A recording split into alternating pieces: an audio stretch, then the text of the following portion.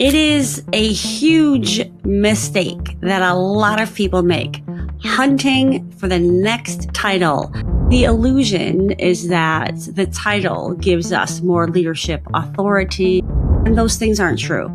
I went from managing a bunch of folks and doing performance reviews and all of those things to schlepping potatoes, literally.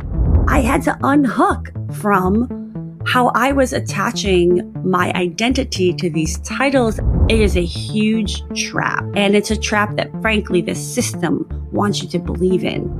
Don't start with a job title, but let's start with what brings you joy. Hello and welcome to the Unlock Lab. So glad you're here. I am your host, Tosca DiMatteo, and today I want to talk to you about the pitfalls of title seeking in your leadership and career journey. It is a huge mistake that a lot of people make, hunting for the next title, that next rung of the upward ladder. And if that is what you're seeking, if that is first and foremost your goal, honey, you have got to listen to this episode because I think it's going to do you more harm than good.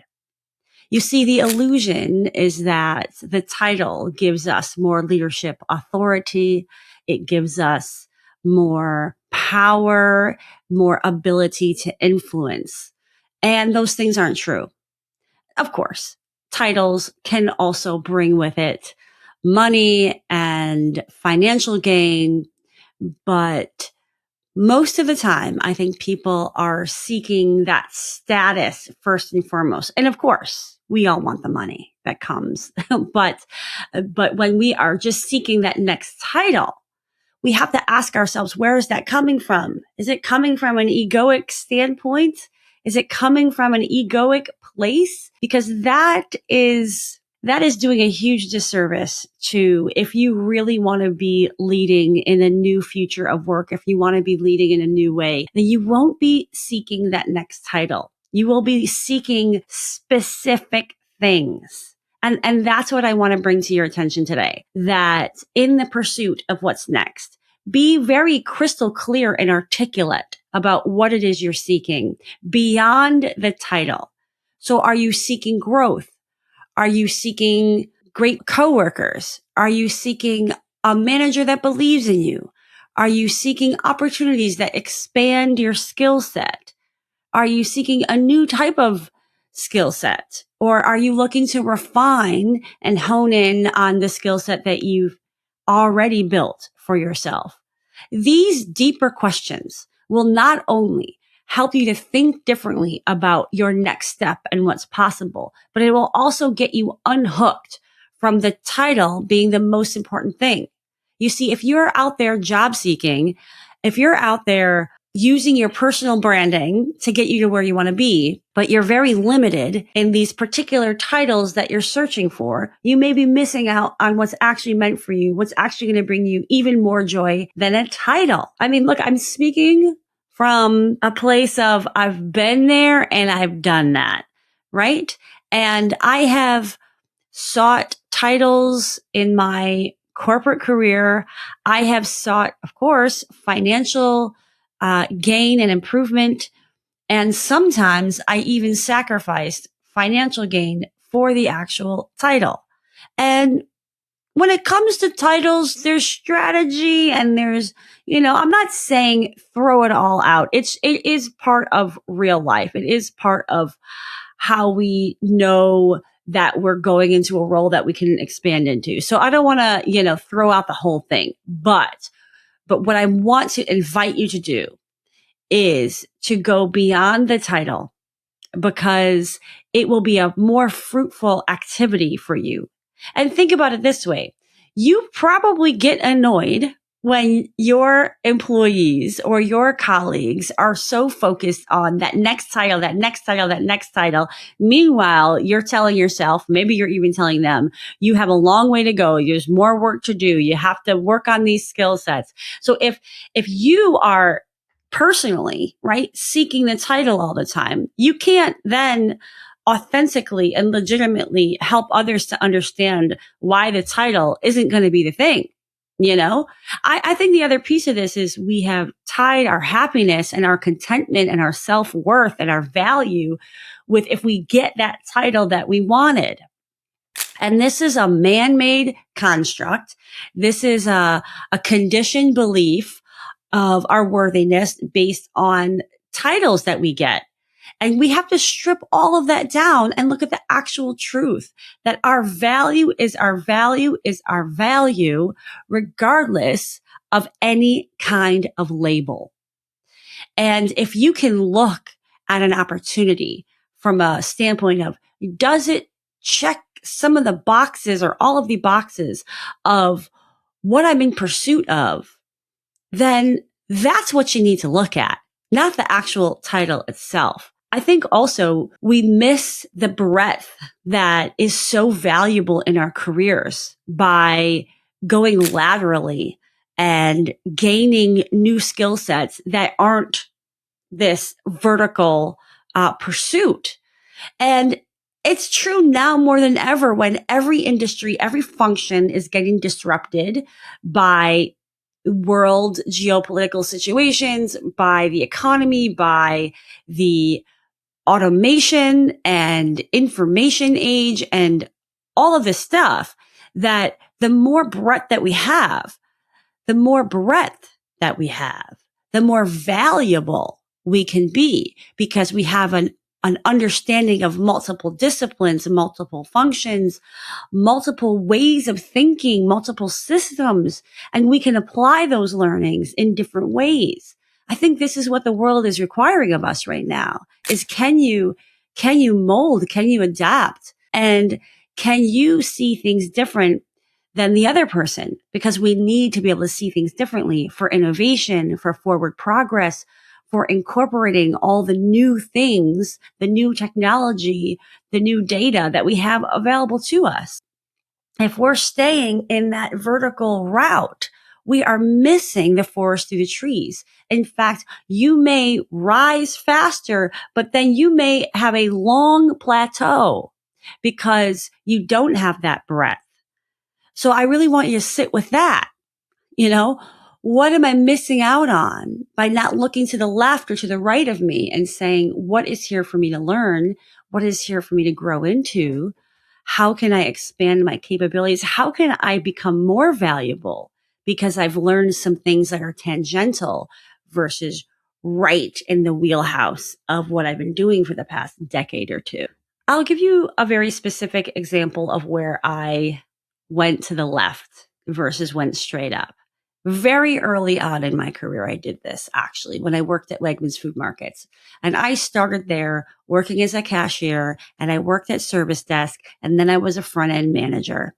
And gosh, I loved that role. I loved leading the cashiers and I loved being a support. It was beautiful.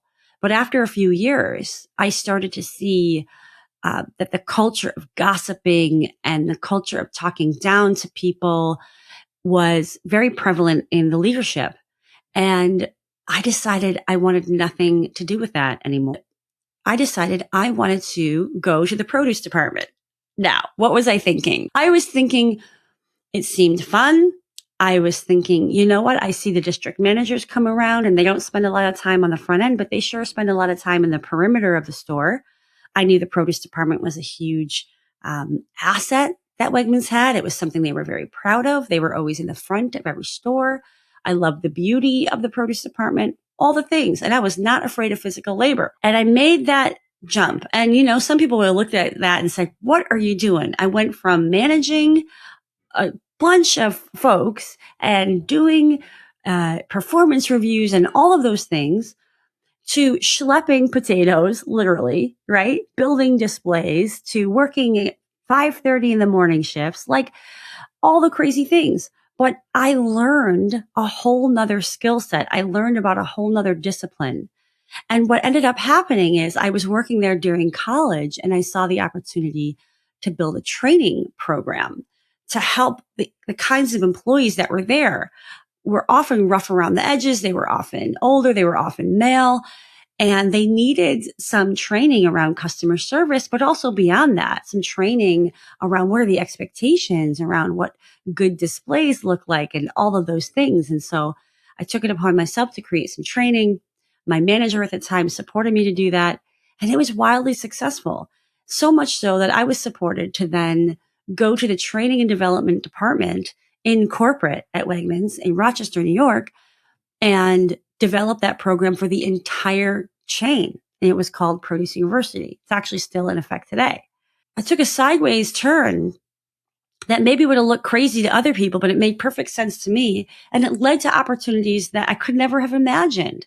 And now, in the work that I do, leading master classes and helping people with concepts, I have some roots in training and development. I have some roots in how people learn, both on the job and also in the classroom environments, and really understanding the context and the kinds of people that work these roles so that I could best resonate and support them and teach them and train them. I think this is the way that we can think expansively. And like, we may not know all the answers. I didn't know that I'd end up being able to work in my first corporate job as a result of going from front end management to produce assistant, not even assistant now, as a produce team member, but part of it is just not getting caught up in the identity and the status of our work and our titles and even the companies that we work for. So let's fast forward. I built a career, quite frankly, on the backs of really strong, amazing brands. Brands like I Can't Believe It's Not Butter, brands like Absolute Vodka, brands like Scott Bath Tissue. Like, these are household names. And I built my marketing expertise and my brand around building those brands. And there I was in 2018, and I decided to leave all of that, all of these known brands and that history to then build my own. And that I had to unhook from how I was attaching my identity to these titles and to these brands and to these companies for fear of, like, what would it mean if I just went out and did my own thing? And I think that actually holds a lot of people back because they're afraid of losing this cachet or this status. And that happens whether you're building your own company or whether you're looking at another company or you're looking at another title that doesn't fit this perfect vertical advancement that we've been conditioned to believe is the way. That is not the only way. It is a way. And, but we have to see, especially in the world that we're operating in now, that there are many other ways to grow and to develop and to build your leadership skills. And I think the more breadth that you have, the more empathy that you can have for other people in the organizations and what they do. And that's a huge asset and a much needed skill right now. A big part of this, as I kind of alluded to, right, is really letting go of your identities. And if you know anybody who got laid off, if you've been laid off yourself, you know how hard it is. Or if you know anybody that's gone into retirement and had a really big struggle with that transition, you know that our identities are so closely intertwined with how we see ourselves and our value because of how we're conditioned that it can leave us feeling very, in a very emotionally difficult place, because we haven't done the work of knowing and seeing ourselves as worthy and valuable and beautiful without any of these identities, with just being exactly who we are. Me, Tosca Di Matteo, human, like, forget any label. I mean, forget sister, forget wife, forget business owner, forget marketer, forget human skills expert. These are just identities. But if we go deeper and we say, look, what do I want in this next era or this next chapter? What is it that I want to experiment in terms of not just what I'm doing, but who I'm being? We are going to expand far beyond anything imaginable versus if we are stuck on a particular title that makes our ego feel good about the next step that we're making. It is a huge trap. And it's a trap that, frankly, the system wants you to believe in. And I'm here to help you decondition from that trap. So listen, if you are struggling, maybe your even department is struggling because maybe there's been shifts in the role that you have in the organization, please reach out because I'm happy to support you in finding the truth about what's important to you, to your team, to your organization that will be a motivator and an expander for possibilities of what's next and what you can be looking for. You know, for many years in this work, I was helping people on their career path. And look, I still do. But now my focus is really about helping leaders show up as the best version of themselves. But when I was really knee deep in helping people with career advancement work and career management work, there was a huge barrier to help people overcome, which was their perceptions of what was possible. And these perceptions of possibilities often started with titles, because that's what we've been trained to look at. Look at the job titles first and foremost. Maybe look at the company, but okay, look at the company and then look at the job titles about what you want versus starting from a whole nother place. And that's the work that I help people with, which is don't start with a job title. Let's start with what brings you joy. What are the conversations you want to be a part of? What is the leadership influence that you want to have in the world, in your life, in the workplace? What is the legacy that you want to leave behind? These are the kinds of questions that expand possibilities and get you out of that maniacal focus on the title and the title that is so limiting. The title is so limiting. I hope that's what you're seeing. That if we go below the title, if we look at the skill sets, if we look at the opportunities, if we look at the folks that we get to engage with and the conversations that we get to have, if we look at the impact that we want to have, then we can find the places and spaces that we can do our best work without focusing on title first. So I'm so glad that you came here for this because obviously it's something I think is really important in terms of changing the game of leadership, in terms of really being in pursuit of what's best for us and for those around us. And if you have any questions about this or you want to talk about this more, please, I'm easy to get a hold of. You can find my information in the show notes. My email is breakthrough@toscadimateo.com. Like, let's talk about it. But I'm glad that you're here. I hope that I've planted some seeds to help you in deconditioning and unlearning how we start that process or be in that process of figuring out and allowing, rather, what's next and what's possible for our leadership. All right. Well, thank you for coming to the lab and ciao for now.